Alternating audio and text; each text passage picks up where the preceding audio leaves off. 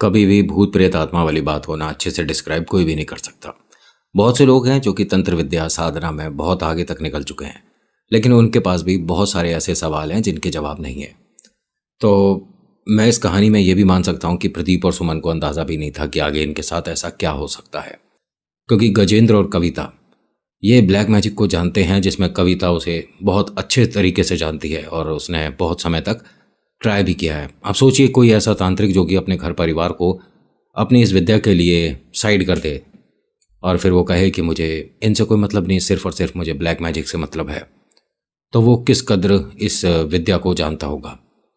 नमस्कार, हर हर महादेव, जय भोलेनाथ। मैं नितिन हूँ, यह है चाचा के फैक्ट्स। कहानियाँ सुनाता हूँ।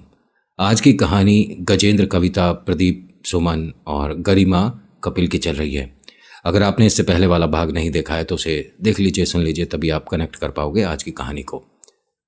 कहानी का फर्स्ट पार्ट मैंने लिंक डिस्क्रिप्शन में रखा है, एक बार देख लीजिएगा तो आप समझ पाओगे। अभी फिलहाल चैनल का इंट्रो उसके बाद आकर शुरू करता हूँ। कहीं मत जाना, पूरी कहानी सुनना। हर हर महादेव।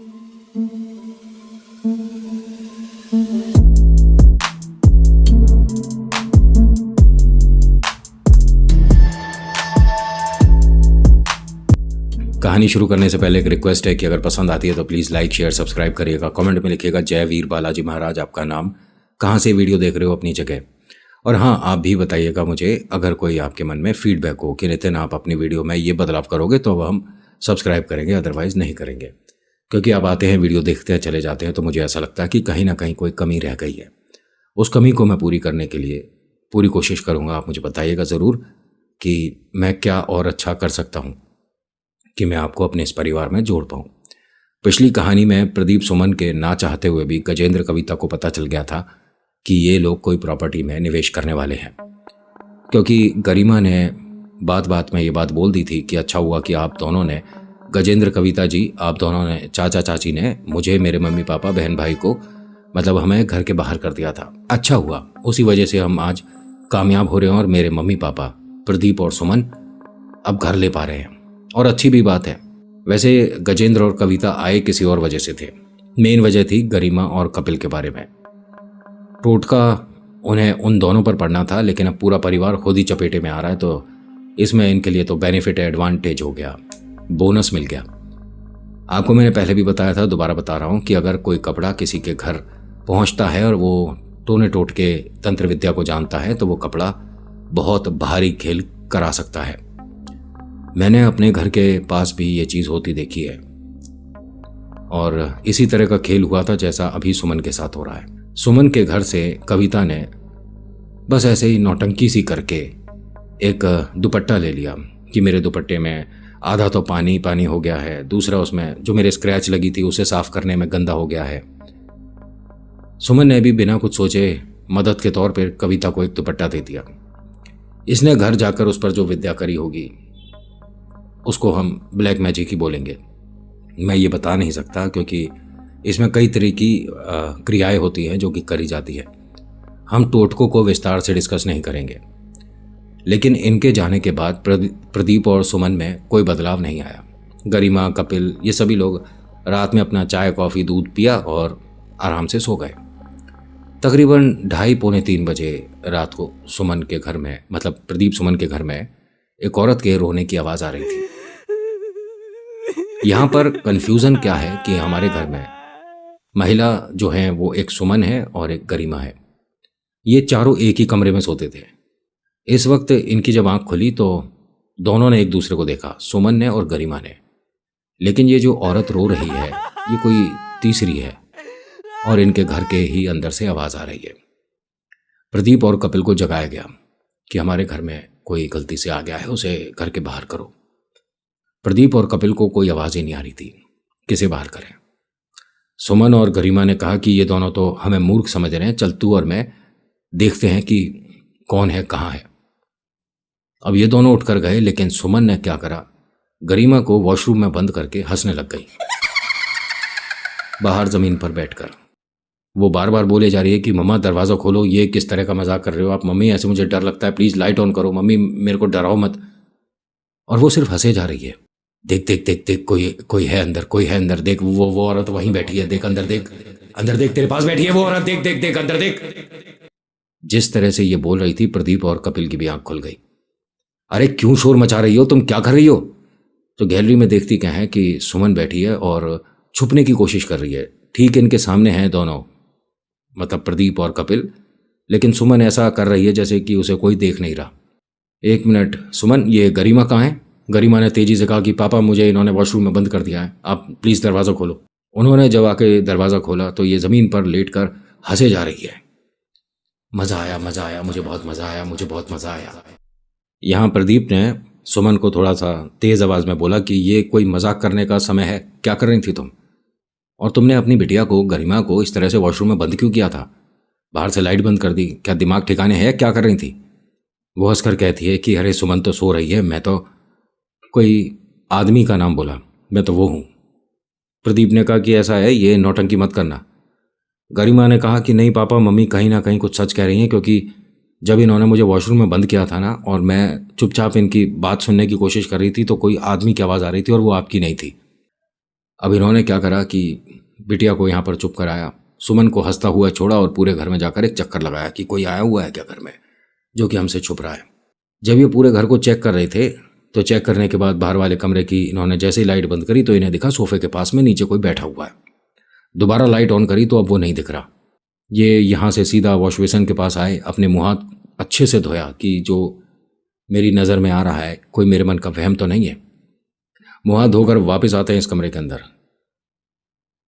आने के बाद दोबारा से इन्होंने लाइट ऑफ करी, ऑन करी तो इन्हें 3 बार फिर से दिख गया। उठकर यहाँ पर गरिमा और कपिल भी आ गए थे कि पापा क्या हुआ? नहीं बेटा कुछ नहीं है, चलो। पापा क्या है बताओ तो सही, कोई है क्या हमारे घर में? अरे कोई नहीं है। सुमन ने एक आदमी का नाम लिया कि वो बैठा है बाहर वाले कमरे में, जाओ बच्चों देख कर आओ। मम्मी कौन है ये? ये बहुत खास है और अब ये घर में ही रहेगा। मम्मी आप ये किन का नाम ले रहे हो? पापा ये कौन है? बेटा कोई नहीं है, मम्मी सिर्फ बेकार की बातें कर रही है। सुमन ने कहा मैं बेकार की बातें कर रही हूँ? अभी वो बाहर वाले कमरे से रसोई में आएगा, देखो रसोई में आवाज़ आएगी उसके आने की। जैसे ही इन्होंने ये बोला ना, रसोई के 2 बर्तन गिर गए। अब गरिमा और कपिल को डर लग रहा है, वो अपने पापा से लिपट कर रोने लग गए। इनके पापा ने कहा कि बेटा डरने घबराने की कोई ज़रूरत नहीं है, ये हो सकता है कि कोई चूहा वगैरह निकल कर गया हो, बर्तन गिर गए, उसमें क्या घबराने वाली बात है। नहीं नहीं मम्मी इस तरह से क्यों कर रही हैं? अब उन्होंने अपना सिर घुमाना शुरू कर दिया। प्रदीप ने कहा कि बस अब यहाँ रुक जाओ। उन्होंने कहा मैं रोक ही नहीं सकता अब इसे, जिससे तू बात कर रहा है वो तो यहाँ है ही नहीं, वो तो कविता जी के घर गई है। अभी तो फिलहाल मैं हूँ यहाँ, मैं बता तेरी कैसे मदद कर सकता हूँ। और ये कविता जिस तरह से बोला ना इसने, और यह पूरी बातें जो भी कर रहा था, ये मतलब मैं रहा हूँ, मैं जा रहा हूँ बोल रहा है, लेकिन आवाज़ सुमन की थी। इनके पापा ने, प्रदीप ने गरिमा और कपिल को कहा कि तुम दोनों बच्चों मेरी तरफ आ जाओ और मम्मी को उस तरफ सोने दो, इनकी शायद तबीयत ठीक नहीं है, पता नहीं किस तरह से बात कर रही हैं। सुबह किसी पंडित जी के पास जाएंगे और बात करेंगे उनसे। अब ये दांत बीच बीच के हंसे जाए कि सुबह तक तो बहुत कमाल हो जाएगा तेरे घर में, और मैं यहाँ से जाने के लिए तो आया ही नहीं था। मुझे तो कविता जी ने बैठाया है और मैं अब यहाँ से कहीं जाऊँगा नहीं। बहुत समय से मुझे भूख लग रही थी, लेकिन अब जाकर मेरी भूख शांत होगी। ये सारी बातें इन बच्चों ने भी सुनी है, और ये कहानी मुझे जो आई है 3 जनों की तरफ से आई है, बताऊंगा बाद में। इनके घर में ना डर का माहौल ज़्यादा होता जा रहा था, क्योंकि उसकी एक्टिविटी बेहद डरावनी हो रही थी जो सुमन कर रही थी। ये इनकी सोच के परे था कि ऐसा कोई इंसान कैसे कर सकता है जो वो करके दिखा रही थी। बच्चों को डर लग रहा था तो पिता ने इनके डर पर काबू करने के लिए दोनों को दूसरे कमरे में भेज दिया, और पिता ने कहा कि बेटा मैं बाहर से दरवाजे को बंद कर रहा हूँ और तुम दोनों आज यहीं सो जाओ, सुबह मैं दरवाज़ा खोल दूंगा। पापा हमें अकेले मत छोड़ो, हमें डर लग रहा है, पापा हमें प्लीज़ अकेले मत छोड़ो। इनके पापा ने कहा कि बेटा कोई डरने की ज़रूरत नहीं है, मैं तुम्हारी मम्मी के पास ही हूँ, आप दोनों आराम से सो जाओ। गरिमा और कपिल को एक कमरे में बंद करके बाहर से जैसे ही अपने कमरे में आए तो इनके कमरे में सुमन नहीं है। दूसरे वाले कमरे में जाने का कोई रास्ता है नहीं, ना विंडो है ना दरवाज़ा, कुछ भी नहीं है। और बच्चों का एकदम चीखने चिल्लाने की आवाज़ आ गई कि मम्मी ऐसा मत करो, मम्मी ये मत करो, मम्मी ऐसा मत करो। प्रदीप जी तुरंत उस दरवाजे को खोलने पहुंच गए। जैसे ही दरवाज़ा खोलते हैं तो बच्चे दोबारा इनसे लिपट कर रोने लग गए कि मम्मी जैसे जानवर चलते हैं उस तरह से चल रही थी, और इन्होंने अपना चेहरा घुमा लिया था। पापा, इनकी गर्दन घूम गई थी, जिस तरह से मम्मी कर रही हैं ये बहुत ज़्यादा डरावना था। पापा ने कहा कि बेटा मुझे भी कुछ नहीं समझ आ रहा, अभी तक तो मैं तुम्हें सांत्वना दे रहा था, लेकिन अब मेरे को भी बात हाथ से निकलती हुई लग रही है। इस वक्त घर में इनके 3:30 बज चुके थे रात के। प्रदीप को एक बात ध्यान आई कि बहुत समय पहले मुझे किसी ने कुछ बताया था कि घर में कुछ ऐसी नेगेटिविटी होती है तो हमें ऐसा कुछ करना चाहिए। ये मंदिर में गए, मंदिर की लाइट वगैरह ऑन करी, गंगा जल उठाया, हनुमान चालीसा उठाई। अब इन्होंने अपने हाथ में जल को लिया, गंगा जल को, और फिर हनुमान चालीसा का पाठ करते करते बीच बीच में थोड़ा सा अपने कमरे में छिड़कने लग गए। होता क्या है कि प्रदीप यहाँ पर बहुत ज़्यादा घबरा रहा था, लेकिन इसने काम वही किया जो कि किसी से सुना था कि हाथ में गंगा जल लेके हनुमान चालीसा का पाठ शुरू कर दे। क्योंकि अब रात के 3:30 पौने 4 बज रहे हैं, किसके पास जाए, कैसे मदद मांगे। और इसे 101% यकीन है कि जो भी कर रही है कविता कर रही है। कविता और गजेंद्र का चेहरा बार बार इसकी नज़र के सामने आ जाता है, पता नहीं कैसे। लेकिन ये पाठ ना कर नहीं पा रहा था। 2-3 लाइन बाद ही रुक जाता था, क्योंकि वो अपने आप को परेशान करना शुरू कर देती थी। तो ये जो लुटिया है उसको साइड में रख के, जल को सब साइड में करके बार बार अपनी धर्मपत्नी के पास आ जाता है कि तुम ठीक हो, प्लीज़ ऐसे मत करो, ऐसे तुम्हें परेशानी होगी, तुम्हें दर्द हो रहा है, तुम क्या कर रही हो। तो ये पाठ मतलब हनुमान चालीसा तकरीबन 35 मिनट तक हो ही नहीं पाई। यहाँ पर फिर गरिमा ने हनुमान चालीसा शुरू करी।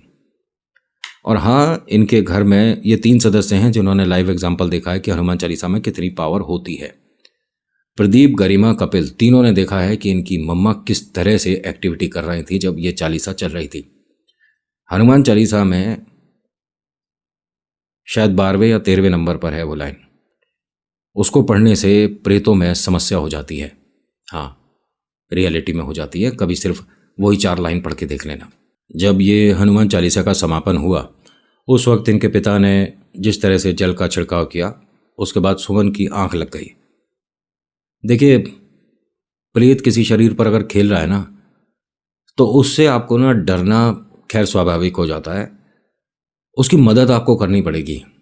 मैं सच बता रहा हूँ, वो कोई भी हो, आपका फ्रेंड हो, आपकी गर्लफ्रेंड हो, आपके पति हो, पत्नी हो, भाई बंधु, माता पिता, चाचा चाची, कोई भी, उसकी आपको बेहद बेहद मदद करने की ज़रूरत है। उसे अकेला छोड़ने की ज़रूरत नहीं है। बहुत से लोग हैं कि उस पर कोई प्रेत समस्या है तो उसे कमरे में बंद कर दो, हम सुबह कहीं लेकर जाएंगे। ऐसा बिल्कुल मत करना। अगर उसके साथ समस्या है तो डरो, लेकिन उसके साथ रहो। प्रदीप ने और दोनों बच्चों ने ऐसे ही किया। उससे डर रहे थे अपने मतलब सुमन जी से, लेकिन उनके आसपास ही थे। अगर पास नहीं होते तो कविता ने जो उनके लिए छोड़ा था वो ले जाता। समझ रहे हो? एल्गोरिथम की वजह से क्रिस्टल क्लियर चीज़ें मैं एक्सप्लोर नहीं कर पाता। अदरवाइज मैं तो एक एक चीज़ बताऊं कि कौन कौन सी चीज़ें इनके घर में से निकली हैं। कोई भी इंसान अपने घर के अंदर ये चीज़ें नहीं रखता है। कहाँ से आई? इसे कहते हैं तंत्र की शक्ति। घर बैठे बैठे कविता जिस तरह का खेल करा रही थी, खैर वो चीज़ तो बात की है। सुबह होने के बाद आपको यकीन नहीं होगा कि सुमन ऑटो रोकती है, ऑटो में जाती है सीधा इनके गजेंद्र और कविता के घर और वापस आती है। आधे घंटे का रास्ता होगा इनके घर से। आपको पता है किस लिए गई थी? वो पैसे छोड़ाई, जो पैसे प्रदीप सुमन ने बहुत मेहनत से जोड़े थे। और वो तो अच्छी बात है कि ये एक तरह का डाउन पेमेंट टाइप का पैसा था। सारा पैसा अगर होता तो ये सुमन सारा पैसा छोड़ाती। गजेंद्र और कविता के लिए प्रदीप सुमन ने पुलिस में भी बात करी तो उन्होंने कहा कि देखिए, उन्होंने कोई ज़बरदस्ती करी थी क्या? आप खुद ही पैसे देकर आई हो, और आपको भी बाद में आकर पता चल रहा है कि आप पैसे दे आई। आप क्या नींद में थी? क्या हो रहा था आपके साथ? सुमन ने जब बताया ना कि इन्होंने मुझ पर टोना टोटका किया था, तो वो पुलिस वाले भाई साहब हंसकर चले गए। टोना टोटका, बस ठीक है। प्रदीप और सुमन को जब ये चीज़ बाद में पता चली कि हम घर बैठे बैठे नुकसान में आ गए हैं, तो गजेंद्र और कविता के घर जाकर इन्होंने हाथ जोड़े, पैर भी पड़े उनके। लेकिन कविता ने कह दिया कि जो तुम्हारी ऐंठ थी वो एक अलग तरीके से दूर हो गई। और प्रदीप को एक ऑप्शन दिया था। प्रदीप जी ने ये कहा कि मैं लेकिन इसे साबित नहीं कर सकता, आपको समझ आए सच लगे तो ठीक है, नहीं तो रहने दीजिएगा। मैंने कहा ना कि मैं हर किसी की कहानी को सच मानता हूँ। प्रदीप जी से गजेंद्र ने कहा कि कविता जी का आदेश है कि आप पैसे ले जाओ या इसकी आत्मा। जब ये गए थे इनके घर पर, सुमन वहां पर भी जाकर खेलने लग गई थी। प्रदीप ने हाथ जोड़ दिया गजेंद्र और कविता के सामने, तो गजेंद्र ने कविता का मैसेज इन तक लाए, या तो पैसे छोड़ जाओ जो लाए हो, या इसकी आत्मा वापस हम दे देते हैं। ये कविता ने कहा है। ये गजेंद्र और कविता अपनी जगह छोड़कर उनके पैसे लेकर गायब हो गए ना जाने किधर। प्रदीप और सुमन कहते हैं कि हम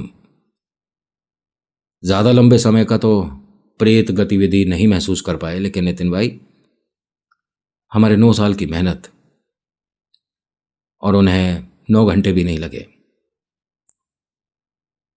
ये दोबारा से कोशिश कर रहे हैं, अब वैसा नहीं लेकिन उसके जैसा कोई छोटा प्लॉट देख रहे हैं।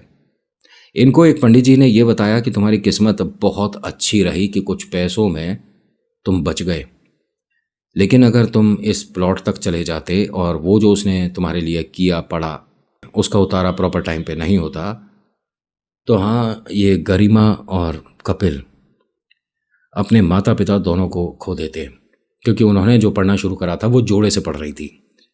और जोड़े से में क्या होता है कि अगर वो सुहागन है तो वो और उसका पति दोनों को वहाँ गुड्डा बना दिया जाता है। मैं अब क्या ही बोलूँगा उसके बारे में। आज के आर्टिकल में इतना ही है, कैसा लगा बताना ज़रूर। घर परिवार पैसे से बिखर गया, दोबारा कोशिश कर रहे हैं उठने की। So thank you so much for watching. मैं नितिन हूँ, मुलाकात करूँगा एक नेक्स्ट वीडियो में। हर हर महादेव, जय भोलेनाथ, धन्यवाद।